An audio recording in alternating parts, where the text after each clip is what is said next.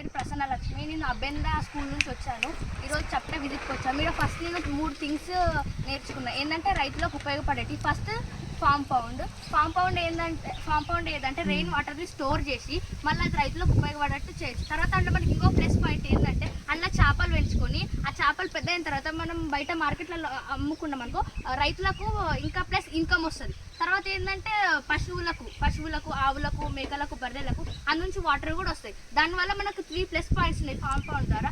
Next multilayer farming అంటే చిన్న ప్లేస్లో ఎక్కువ కూరగాయలు పండించడం. అంటే ఏంటంటే చాలా మందికి రైతులకు ఎక్కువ పంట ఉండదు కాబట్టి మల్టీలేయర్ ఫార్మింగ్ చేయడం వల్ల వాళ్ళకి చాలా ఇన్కమ్ వస్తుంది. వేరే పంటలు పెరిగే లోపు వీళ్ళ చేతిలో కొంచెం డబ్బులు ఉండడం వల్ల వేరే పంటలు పండించడానికి చాలా యూజ్ అవుతుంది. థర్డ్ వన్ జీవామృతం చేయాలంటే 200 లీటర్ల డ్రమ్, 200 లీటర్ల నీళ్ళు, 10 లీటర్ల ఆవు మూత్రం, 10 కేజీల ఆవు పెండ, తర్వాత 2 కేజీల బెల్లం.